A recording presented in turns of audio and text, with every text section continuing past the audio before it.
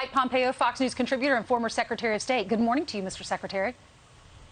Good morning, Ainsley. Great to be with you today. Well, we're so glad to have you on. This seems like it's bipartisan. Republicans and Democrats are saying good for her for going because China can't dictate what our leaders, where they go, where they travel. What's your reaction? Well, Ainsley, I think that's exactly right. It has been bipartisan.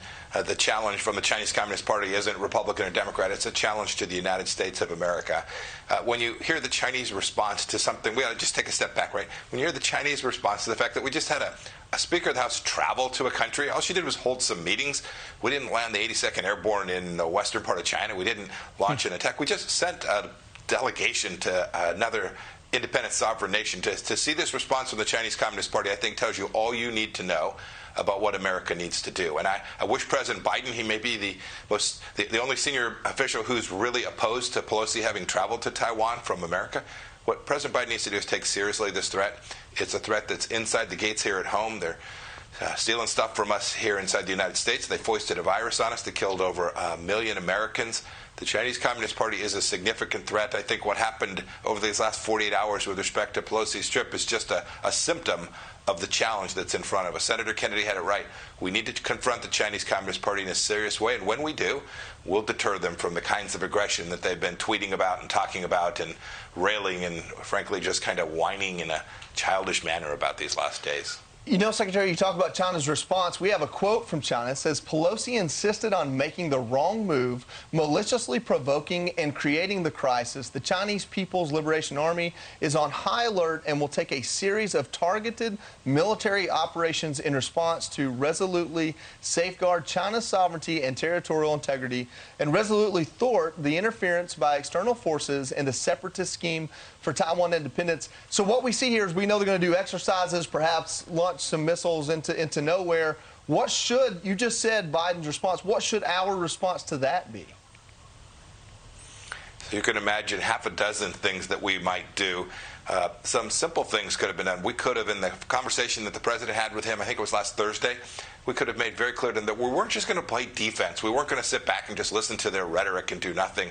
We could have said, if you continue down this path or you conduct live fire exercise, we're going to begin to take real action, economic action, diplomatic action. We could deny their diplomats here in the United States the ability to travel around our country in the way they do. There are lots of things we could do to make clear to them that this kind of behavior is just unacceptable. All we did was have a legislator travel. This wasn't, there was no threat to China itself. They created this crisis. We should not let them use the visit of Speaker Pelosi to create this big uproar where America says, oh my goodness, we're going to have World War III. The Chinese need to begin, they want to be a superpower. They need to begin by like a more normal nation. We could challenge student visas here in the United States. There are so many things that we could do to deter. The things that we did for 4 years. We were the first administration that actually understood the threat from the Chinese Communist Party and began to reshape that relationship in a way that benefited Americans all across our country. Mr. Secretary, what do you make? What's your read of what's happening within the Democratic Party? There is a divide. The message is not consistent between the White House and Speaker Pelosi. So what's going on? Boy, it's hard to know.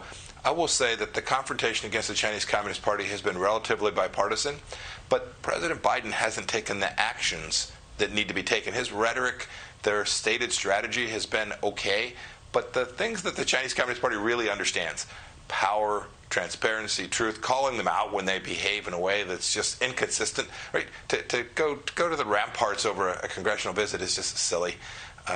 President Biden and his team need to be serious about confronting them. If they do that, the Chinese Communist Party will begin to be reshaped. This will take years. This is not something that will happen over weeks or days. There are parts of the Democrat Party that don't want to do that. They are making an awful lot of money there from Hollywood and from some of America's biggest businesses that have supported Democrats for an awfully long time. So they have a real challenge that they need to confront. And most importantly, America has a real challenge that it's going to need to take on as well. It looks like we might have a challenge in Afghanistan, too. America just killed the #1 terrorist for al-Qaeda in Afghanistan over the weekend. We found out at the beginning of the week. He was found on a balcony in a safe house in Kabul. But the White House is doubling down. They're saying that Afghanistan is not a safe haven for terrorists. Kirby was interviewed by Peter Doocy, and he didn't like this question. Listen to this. So we know that the Taliban was harboring the world's most wanted terrorist. You guys gave a whole country to a bunch of people that are on the FBI most wanted list. What did you think was going to happen? Take issue with the premise that we gave a whole country to terrorist groups. I mean, again, I'd encourage you to ask. The world's #1 terrorist. How is that not giving a country permission to have terrorists just sit on a balcony? The question, I mean, Peter, the way you asked that, it makes it sound like we owned Afghanistan a year ago. But we said at the time that as we depart Afghanistan, we're going to keep vigilant. We're going to stay ready, and we're not going to let Afghanistan become a safe haven for terrorists who threaten our homeland. Mr. Secretary, are there other terrorists? We assume there probably are if the #1 guy is hiding out in Afghanistan. Yes, there are certainly other terrorists. There are a couple of things. One, I want to give credit where it's due.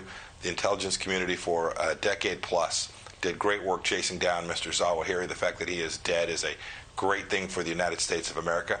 But his departure from the world doesn't change the risk to us here in the United States. What changed the risk was the debacle in the way that President Biden departed Afghanistan, where there were 13 Americans that were killed and hundreds of Americans left behind when we left. And now you can see the Taliban are not living up to the agreement that they made. I was part of negotiating that agreement. They never complied with that agreement when we were in office either. And as a result of that, we continue to inflict real pain on them our entire time.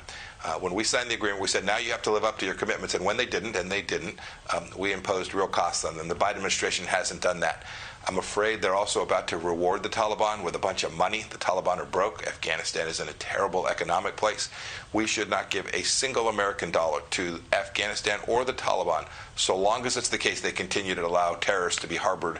Terrorists like Zawahiri and his like are harbored there. And then the last thought, Ainsley, is Al-Qaeda leadership is all across the world. The main leadership is actually inside of Iran today, in Tehran. The most senior leader is sitting in Tehran. We should know that negotiating with them, as we have been doing for the last year and a half, is rewarding Al-Qaeda by negotiating on this silly nuclear deal with the Iranians as well. We should fight terror wherever we find it. I'm glad they took Zawahiri out, but they have not. The Biden administration has not demonstrated sufficient resolve in pushing back against the terror threat from Afghanistan or any place else. Mr. Secretary, I know that this shows we have problems everywhere. Our military needs to be strong. I hope it stays strong. And my hat's off to the intelligence community that I had the honor of working alongside. And I hope this just shows that we're continuing to maintain human intelligence around the world. And so thank you so much for joining us. Thank you. Thank you very much. Y'all have a good morning. Hey everyone, I'm Emily Campagno. Catch me and my co-hosts Harris Faulkner and Kaylee McEnany on Outnumbered every weekday at 12 p.m. Eastern, or set your DVR. Also, don't forget to subscribe to the Fox News YouTube page for daily highlights.